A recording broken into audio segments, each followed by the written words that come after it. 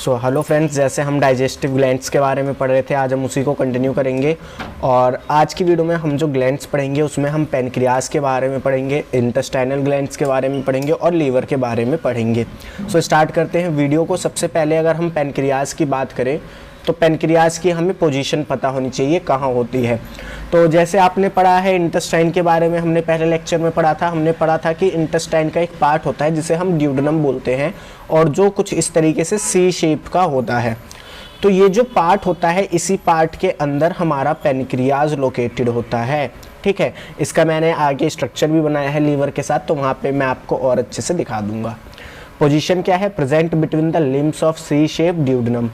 अब अगर हम बात करें पैनक्रियाज की, तो ये एक हेट्रोक्राइन ग्लैंड है। हेट्रोक्राइन ग्लैंड का मतलब क्या है?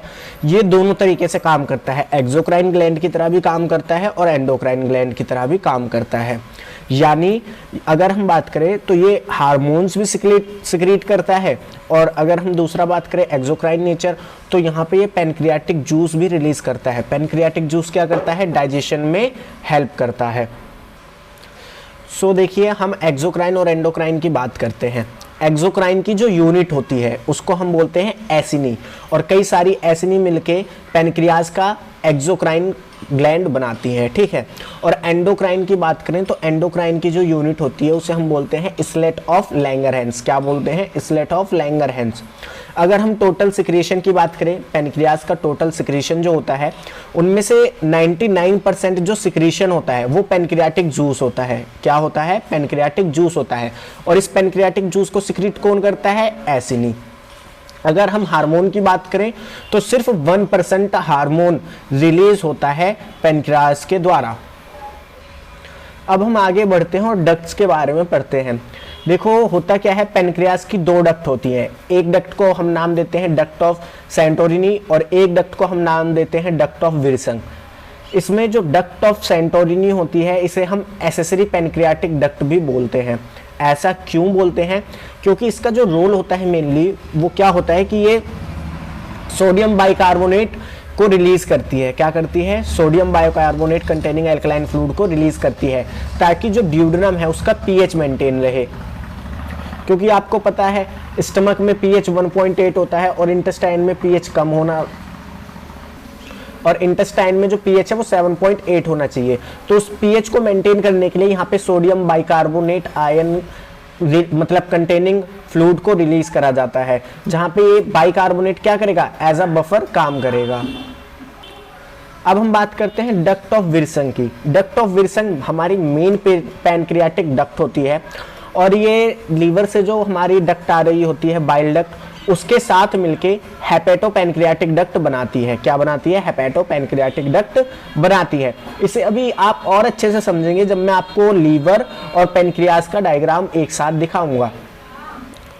अगर हम पैनक्रियाटिक जूस के कंपोजिशन की बात करें तो सबसे पहले ये कि 1.2 लीटर पर डे ये रिलीज होता है। कितना? 1.2 लीटर पर डे।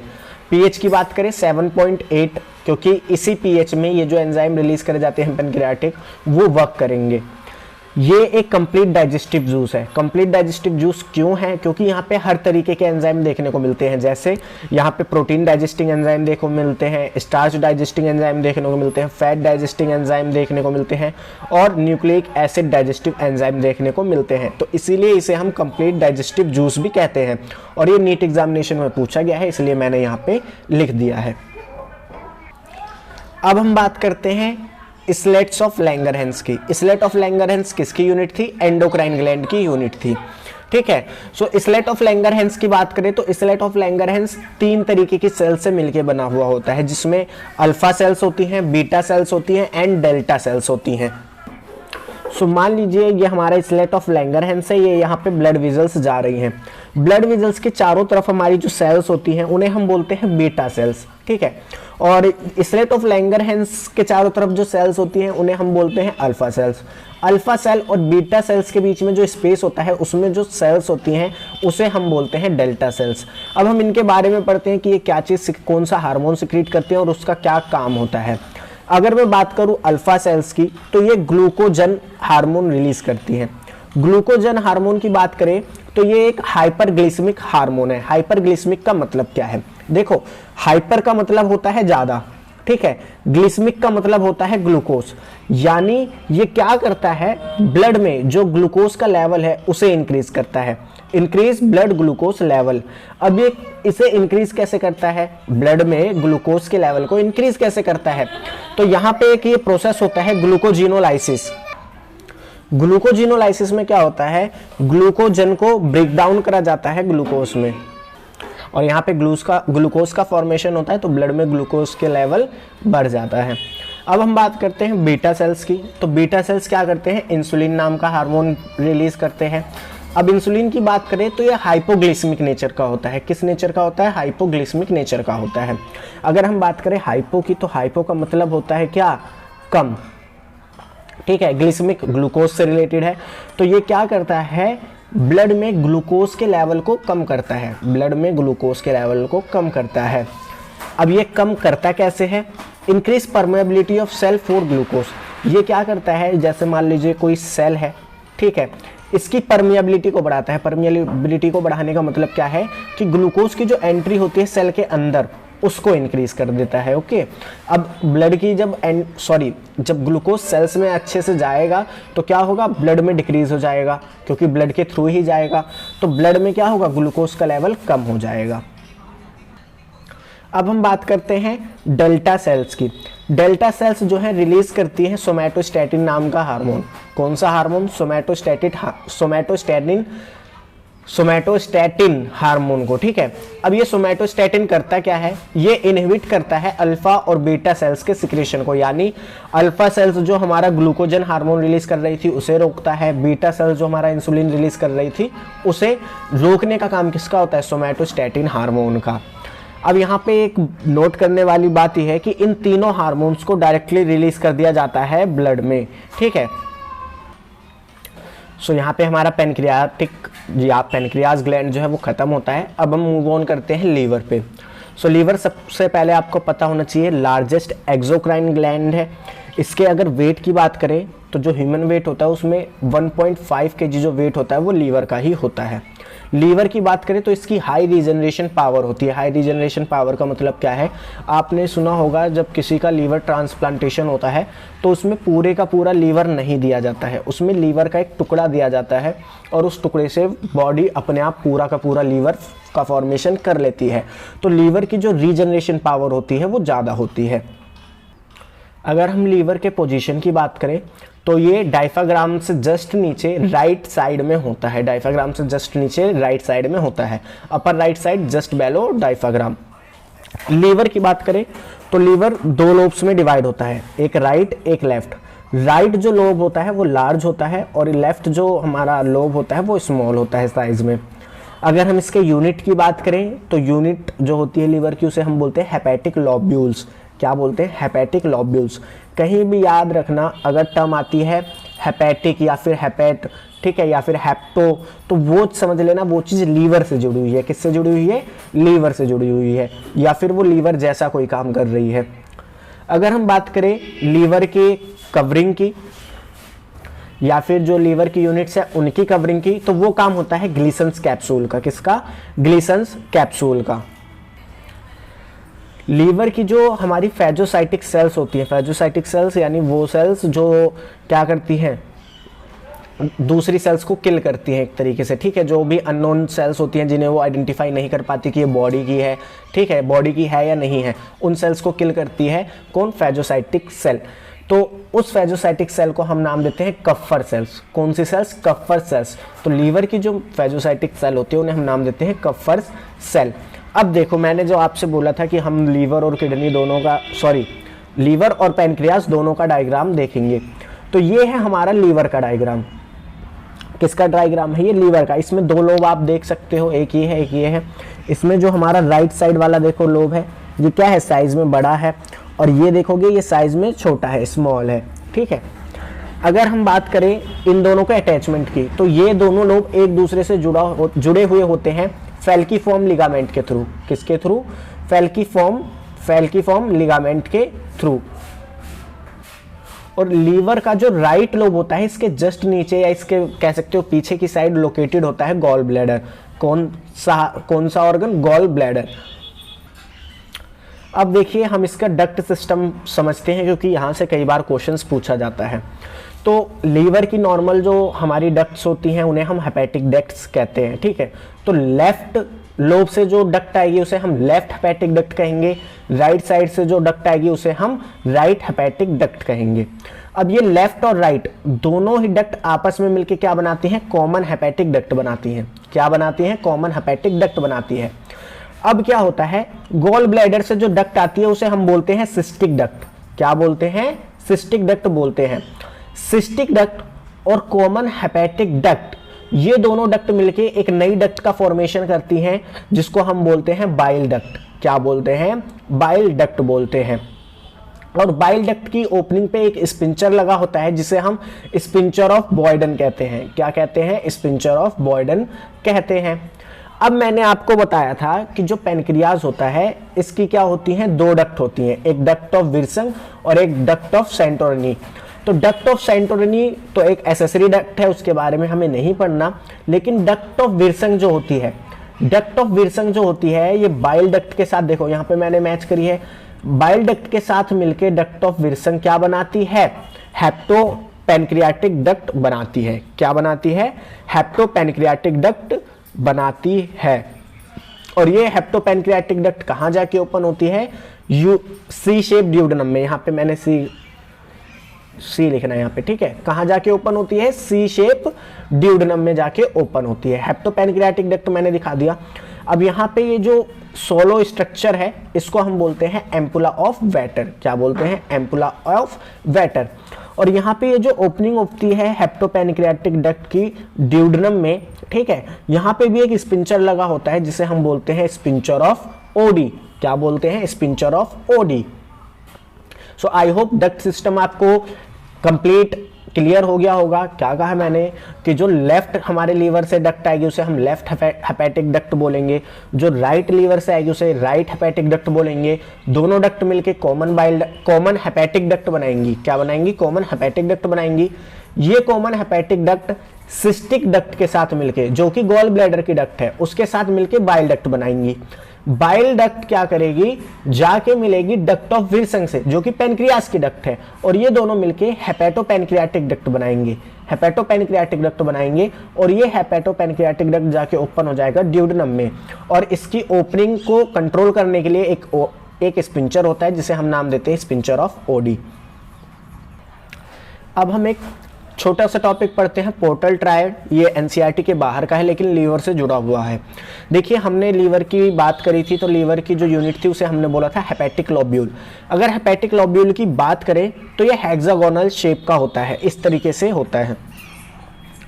जैसे आपने बेंजीन देखियो, इस तरीके से होता है, ठीक है। अब यहाँ पे होता क्या है कि हर एक कोने पे एक ट्रायड्स होता है। ट्रायड्स का मतलब क्या है, हर एक कोने पे कुछ हमारी, आप ये कह सकते हो, वेन्स होती हैं, ठीक है। जैसे आर्टरी हो गई, हमारी हेपेटिक वीन हो गई, ये सारी वेन्स प्रेजेंट होती हैं जो क्या करती हैं, यहाँ पे चीज़ों का सर्कुलेशन करती हैं। सो उसी को हम बोलते हैं portal triad. There are 6 portal triad और portal area 1 at each corner of lobule. अब इसको आप देख सकते हो, मान लो ये एक हमारा एक हेपेटिक लॉब्यूल है, इसके सेंटर में जो डक्ट होगी, इसके सेंटर में जो डक्ट होगी या जो वीन होगी उसे हम नाम देते हैं हेपेटिक वीन। क्या नाम देते हैं, हेपेटिक वीन। हेपेटिक वीन क्या काम करेगी, लीवर से क्या करेगी, जितना भी हमारा डीऑक्सीजनेटेड ब्लड है उसे हार्ट तक ले जाएगी, ठीक है। ये काम होगा हेपेटिक वीन का। सो हेपेटिक वीन आपको समझ में आ गया क्या काम करेगा, ये लीवर से जो भी डीऑक्सीजनेटेड ब्लड है उसे लेके जाएगा हार्ट तक। अब हम बात करते हैं किसकी, अब हम बात करते हैं पोर्टल ट्रायड की। पोर्टल ट्रायड में हमारी 3 चीजें होती हैं, हेपेटिक आर्टरी, पोर्टल वीन और बाइल डक्ट। बाइल डक्ट आपको पता ही है क्या करेगा, बाइल जूस को ले जाएगा। हेपेटिक आर्टरी और पोर्टल वीन की बात करते हैं हम। हेपेटिक आर्टरी सबसे पहले क्या काम करेगी, हेपेटिक आर्टरी क्या करेगी, जो भी हार्ट से ऑक्सीजनेटेड ब्लड होगा, जो भी हार्ट से ऑक्सीजनेटेड ब्लड होगा उसे लेके आएगी लीवर तक। क्या करेगी, उसे लेके आएगी लीवर तक। और जो हमारी पोर्टल वीन है ये क्या करेगी, पूरे लीवर में ब्लड को डिस्ट्रीब्यूट करने का काम करेगी या कलेक्ट करने का काम करेगी, ताकि उसे कहाँ तक पहुँचाया जा सके, हेपेटिक वीन तक पहुंचाया जा सके, और हेपेटिक वीन वापस क्या करेगी, पूरे ब्लड को लीवर से डीऑक्सीनेटेड, मतलब जो भी डीऑक्सीनेटेड ब्लड है उसे लीवर से हार्ट तक ले जाएगी। पोर्टल ट्रायड के स्ट्रक्चर की बात करूं तो यहाँ पे कुछ सेल्स होती हैं, इन सेल्स को हम नाम देते हैं हेपेटोसाइट सेल्स। क्या नाम देते हैं, हेपेटोसाइट सेल्स, ठीक है। अब ये हेपेटोसाइट सेल्स क्या करती हैं, देखो यहाँ पे जो हमारी पोर्टल वीन होती है, पोर्टल वीन क्या करेगी, हेपेटिक वीन में जाएगी, ठीक है। तो यहाँ पे ये कॉर्ड जैसी स्ट्रक्चर बनती है, इसको हम बोलते हैं हेपेटिक कॉर्ड। क्या बोलते हैं, हेपेटिक कॉर्ड। सो अब हम लीवर के फंक्शन की बात करते हैं। लीवर का क्या फंक्शन होता है, ये बाइल जूस का प्रोडक्शन करता है ताकि फैट का इमल्सिफिकेशन हो सके। इमल्सिफिकेशन क्या होता है, इसे हम आगे जब एब्जॉर्प्शन पढ़ेंगे फूड का तब डिस्कस करेंगे। कंपोजिशन की बात करें तो सबसे पहले एक दिन में अगर हम बाइल जूस की बात करें तो 500 से 600 ml पर डे रिलीज होता है। पीएच की बात करें 7.8 होता है। इसमें 95% वाटर होता है और 5% क्या होते हैं, अदर सब्सटेंसेस होते हैं, जैसे कोलेस्ट्रॉल, लेसिथिन, ठीक है, ये सब चीज़ें इसमें होती हैं। इसमें अगर सॉल्ट की बात करें तो सॉल्ट दो तरीके के होते हैं, organic salt, inorganic salt. Organic salt की बात करें तो यहाँ पे सोडियम ग्लाइकोलेट, सोडियम टोराकोलेट होता है, और इनऑर्गेनिक सॉल्ट की बात करें तो सोडियम बाइकार्बोनेट होता है।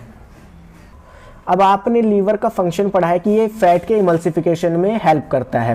ये फैट के इमल्सिफिकेशन में हेल्प कैसे करता है, यहाँ पे देखिए मैंने आपको बताया जो लेसिथिन प्रेजेंट होता है बाइल जूस में, वो ऑर्गेनिक सॉल्ट के साथ मिलके, जैसे सोडियम ग्लाइकोलेट के साथ मिलके या फिर सोडियम टोराकोलेट के साथ मिलके फैट के इमल्सिफिकेशन में हेल्प करता है। अब हम बात करते हैं बाइल पिगमेंट की। बाइल पिगमेंट बनता कैसे है, बाइल पिगमेंट बनता है हीमोग्लोबिन के ब्रेक डाउन से, यानी जब हीमोग्लोबिन टूटती है तो उसकी वजह से बाइल पिगमेंट का फॉर्मेशन होता है। बाइल पिगमेंट की बात करें तो बाइल पिगमेंट टॉक्सिक होता है नेचर में, ठीक है, यानी अगर ये बॉडी में स्टोर रहता है तो ये हमें काफ़ी नुकसान पहुंचा सकता है। बाइल पिगमेंट हमारे पास दो तरीके के हमें पढ़ने हैं जो एनसीईआरटी में दिए गए हैं, बिलिरुबिन जो कि येलो कलर का होता है और बिलीवेरलिन जो कि ग्रीन कलर का होता है। सबसे इंपॉर्टेंट बात, बाइल जूस में कोई भी एंजाइम नहीं होता, बाइल जूस में कोई भी एंजाइम नहीं होता, enzymes are absent in bile juice. Okay, ये चीज़ सबसे ज़्यादा आपको याद रखनी है। अब देखिए यहाँ पे हम कुछ डिजीज देखते हैं, जैसे कॉलीसिस्टिसिस। तो कॉलीसिस्टिसिस है क्या, देखो यहाँ पे ये जो कॉली लिखा है इसका मतलब होता है गॉल ब्लैडर, और सिस्टिसिस का मतलब होता है इन्फ्लेमेशन, यानी गॉल ब्लैडर का जो इन्फ्लेमेशन होता है उसी को हम बोलते हैं कॉलीसिस्टिसिस। इसके बाद आती है कॉलीसिस्टोमी। क्या आती है, कॉलीसिस्टोमी। इसमें देखिए फिर से कॉली का मतलब क्या है, गॉल ब्लैडर, सिस्टोमी का मतलब होता है किसी चीज़ को रिमूव कर देना, जैसे आपने बेसिक टॉमी पढ़ा है, टॉमी का मतलब रिमूव कर देना, तो गोल ब्लैडर को रिमूव कर देना क्या होता है, कॉलीसिस्टोमी। अब हम पढ़ते हैं इंटेस्टाइनल ग्लैंड, यानी वो ग्लैंड जो इंटेस्टाइन में मौजूद होते हैं। इंटेस्टाइनल ग्लैंड क्या करते हैं, इंटेस्टाइनल जूस रिलीज करते हैं जिसे हम सकस एंटेरिकस बोलते हैं। कई बार नीट एग्जामिनेशन में पूछा गया है, ठीक है, कि सकस एंटेरिकस क्या है। इसके रिलीज की बात करें तो एक दिन में लगभग 1 लीटर के आसपास सकस एंटेरिकस यानी इंटेस्टाइनल जूस रिलीज होता है। इसके पीएच की बात करें तो पीएच होता है 7.8। सकस एंटेरिकस की बात करें तो ब्रूनर्स ग्लैंड जो भी सिक्रेशन करते हैं प्लस क्रिप्ट ऑफ लिबरकुन जो भी सिक्रेशन करते हैं, इन दोनों का जो मिलके जूस बनता है उसको हम बोलते हैं सकस एंटेरिकस। ब्रूनर्स ग्लैंड रिलीज करते हैं सोडियम बाइकार्बोनेट जो एज अ बफर काम करता है, और क्रिप्ट ऑफ लिबरकुन क्या करता है, सकस एंटेरिकस का जो मैक्सिमम पार्ट होता है उसे रिलीज करता है। सो देखिए अब हम बात करते हैं ग्लैंड्स के लोकेशन की। सबसे ज़रूरी है आपको पता है कि इंटेस्टाइन या एलिमेंट्री कैनाल की जो सबसे इनर मोस्ट लेयर होती है वो क्या होती है, म्यूकोसा होती है। अगर हम बात करें म्यूकोसा की तो म्यूकोसा की ये जो एपिथेलियम होती है, म्यूकोसा की जो एपिथेलियम होती है जो इनर मोस्ट होती है वो लैमिना प्रोप्रिया में फोल्ड कर जाती है, ठीक है, लैमिना प्रोप्रिया में फोल्ड कर जाती है जिसकी वजह से क्रिप्ट ऑफ लिबरकुन का फॉर्मेशन होता है। किसका फॉर्मेशन होता है, क्रिप्ट ऑफ लिबरकुन का फॉर्मेशन होता है। अब अगर हम बात करें ब्रूनर्स ग्लैंड की तो ब्रूनर्स ग्लैंड म्यूकोसा के बाद जो हमारी सेकेंड लेयर होती है सब म्यूकोसा उसके अंदर प्रेजेंट होते हैं। अब हम क्रिप्ट ऑफ लीवरकुन की हमने बात कर ली, ब्रूनस ग्लैंड के लोकेशन की बात कर ली।